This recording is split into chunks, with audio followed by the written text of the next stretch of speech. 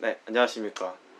저희가 저번에 그 문법에 대해서 이야기를 잠깐 한 10분 정도 나눠봤었는데요. 저희 오늘 좀 다른 멤버들을 모셔서 문법에 대해서 2탄 문법에 대해서 얘기해보는 두 번째 시간을 가져볼 건데요. 그때 사실은 좀 문법의 어떤 정의, 어떤 문법, 자신의 문법 교육에 대한 그런 불만? 이런 것들이 좀 많아서 그런 거에 좀 더 집중을 하고 싶어서요. 한국 영어 교육 내에서 문법에 대한 이미지, 이런 것들을 1분씩 좀 나눠보면 어떨까, 먼저 그렇게 생각합니다. 누가 먼저 얘기해 주실 건가요? 저는 문법이란 게 그 수학에서 보면 검산이란 걸 있잖아요. 계산이 맞는지 틀렸는지 확인해주는 그런 거랑 비슷하다고 생각해요. 그래서 우리나라에서 배우는 형용사, 그 무슨 동사, 부정 이런 거 다 그런 걸 배우는데 그게 검산이랑 같은 거여서 우리가 지금 검산을 계산보다 먼저 배우고 있다는 느낌이 많이 드는데요. 지금 그 수학은 당연히 계산부터 배우잖아요. 계산이 없으면 아무것도 할 수 없으니까. 근데 지금 우리가 문법이 수학이라고 치면 지금 검산에, 계산이 아니라 검산에 좀 더 집중을 하고 있는 느낌이 언짢아 들고요. 네. 그 다음에 개인적인 의견이긴 하지만 그 문법 하는 시험에 되게 최적화돼 있잖아요. 우리나라 교육이. 그래서 그런지 되게 뭐랄까 시험 보면 다 된다 이런 생각이 드는 것 같습니다. 시험 위주다. 시험 위주다. 예. 네.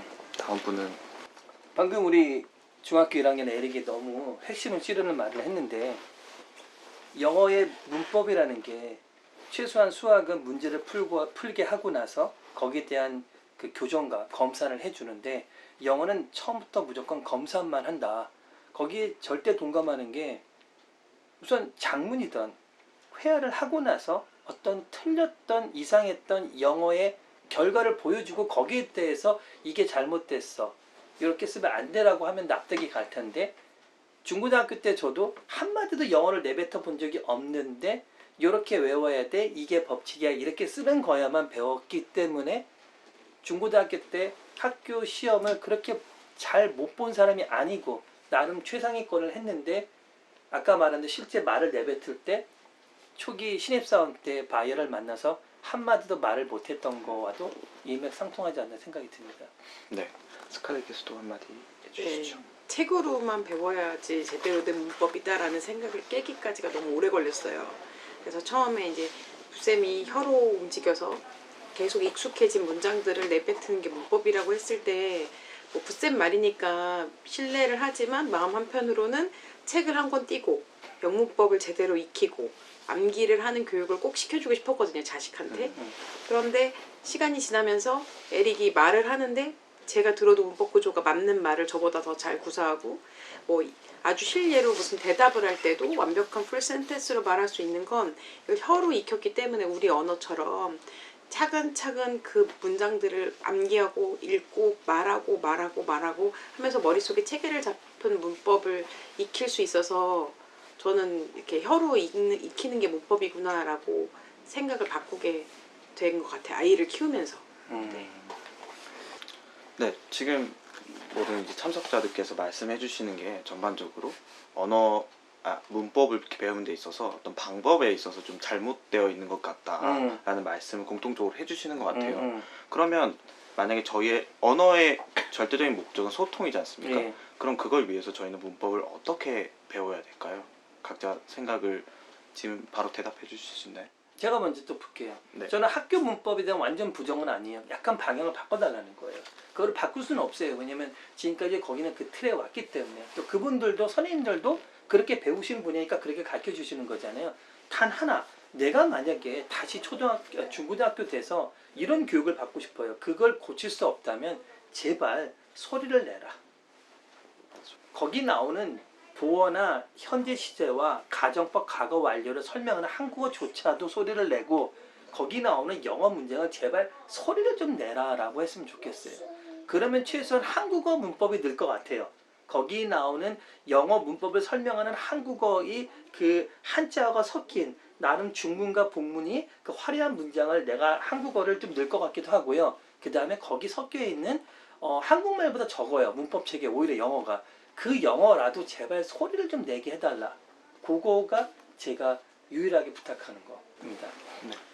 저는 네. 학부모 입장에서 얘기를 하면 문법 교육은 딱 이분화돼 있는 것 같아요. 엄마들이 원하는 문법 교육은 소통을 위한 문법이 아니고 시험을 잘 치르고 점수를 잘 받는 문법. 따라서 학원을 다니고 문법 책을 한 권 다 외워야 좋은 점수를 받을 거라는 확신. 그런 것들이 소통을 위한 영어와 너무 이렇게 나눠져 있는 게 좀 슬프고, 그러니까 공부를 2배로 하게 되는 거죠. 책을 다 외워서 좋은 점수를 따는 영어를 미리 하고 그 다음에 다시 소통을 위한 영어를 다시 대학 가면 하게 되는 이런 소모적인 교육이, 비효율적인 교육이 좀 안타깝고, 어떻게 해야 그 간극을 깰 수 있을지 많은 숙제라고 생각이 듭니다. 네. 저한테 그랬거든요, 엄마들이. 우리는 영어를 잘하는 애를 키우고 싶은 게 아니라 점수를 잘 받는 점수가 애를 너무 키우고 싶은 거지 라고. 그게 정확한 대치동의 모습인 것도 같고요. 학부모들의 입장에서는 네네네. 그렇죠. 에릭. 네. 제 생각에 사람들이 이러잖아요. 점수로 사람을 평가하지 말자고. 그 숫자로 사람 평가하는 게 아니라고 다들 그러잖아요. 어른들도 그러고 애들도 그런 거 싫어하잖아요. 그런데 지금 우리나라 사회 보면 다 그렇게 돼 있잖아요. 시험을 다 보니까. 그래서 문법도 지금 그 계산이 아니라 약간 검사를 가르쳐주는, 기술을 먼저 가르쳐주는 형태로 변한 것 같은데, 그래서 저는 오히려 아까 말씀하셨던 그 소리를 내게 했는데, 거기서 우리가 지금 대부분 픽션을 먼저 들어가잖아요. 영어는 논픽션을 먼저 들어가잖아요. 픽션은 안 들어가고, 그 국어 할 때처럼 픽션을 먼저 들어가서 조금씩 입을 풀고 그 다음에 어떻게 표현을 쓰는지도 조금씩 알게 되고, 그렇게 해서 점점 더 발전해 나가면서 논픽션까지 할 수 있는, 국어와 같이 하면 좋을 것 같다고 생각합니다. 일단은 저도 아까 스칼렛께서 말씀해 주셨듯이 되게 양분되어 있는 것 같아요. 제가 아까 초기에 언어를 배우는 목적은 소통이라고 말씀드렸지만, 사실은 한국에서 영어 교육, 그 적어도 고등학교까지의 영어 교육의 목적은 소통이라기보다는 영어 점수를 어떻게 하면 고득점을 받을 수 있을까. 그래서 좋은 우선 대학. 그거를 하면 그 다음에 문제는 알아서 소통. 사실 알아서 그런 게 되게 많은 사람들이 공감할 수 있는 문제인 것 같아요. 지금의 그 상황에 처해 계신 분들도 많으실 거고, 저 같은 경우에도 다 대학교 나온 친구들이지만 영어를 어떻게든 잘하고 싶어서, 어떻게든 외국인과 이 얘기를 하고 싶어서 이런 식으로 하는 분들이 많거든요. 근데도 사실은 어쨌든 우리나라 사회 환경상 점수를 잘 받아야 되긴 해요. 그렇죠? 영어 점수를 잘 받아야 되는 건 맞아요. 아까 뭐 에릭이 얘기해줬지만 그런 식으로 아예 바꾸기에는 사실 지금 현재 상황은 그렇지 않거든요. 현재를 처해 있는 사람들은. 그러면 좀 실질적인 얘기를 좀 해보고 싶어요. 저희는. 그러면 영어 문법을 어떻게 공부를 해야 될까? 좀 다시 한번 그 영어 교과서에 있는 영어 문법, 저희가 알고 있는 뭐 오형식이라던가 그런 것들을 어떻게 활용할 수 있을까? 한번 의견을 들어보겠습니다. 예, 저는 그냥 그 문법을 가르치기 전에 우선은 그 선생님들이 A4 용지 한 장에다가 마음껏 단문이든 간단한 문장이든 먼저 영어를 좀 쓰고 나서 그거를 교정해 줬으면 좋겠어요.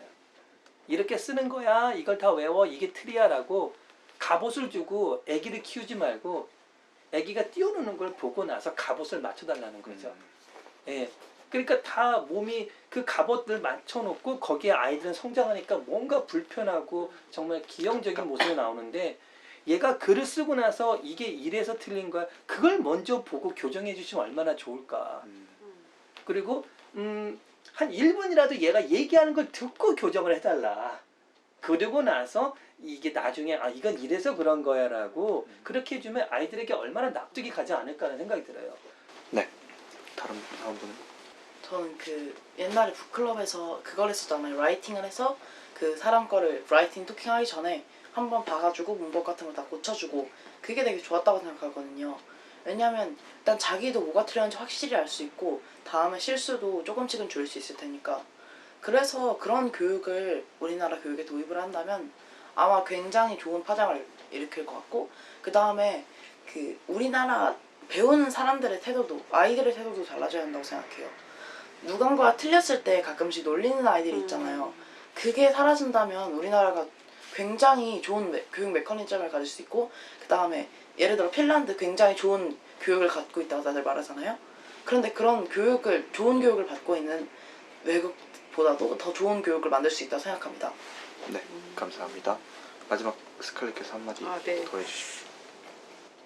아무튼 실수에 대한 너그러움 그것이 진짜 음. 중요할 것 같아요. 음. 스스로도 너무 주눅드는 마음 맞아요. 그걸 깨부시면 막 많은 게 해결될 것 같고, 그리고 두 번째는 쓰기 교육의 부재. 그러니까 사실 국어에서도 제가 국어 교사지만 쓰기 교육을 되게 하기가 어려운 형편이라 이게 영어에서도 마찬가지인 것 같아요.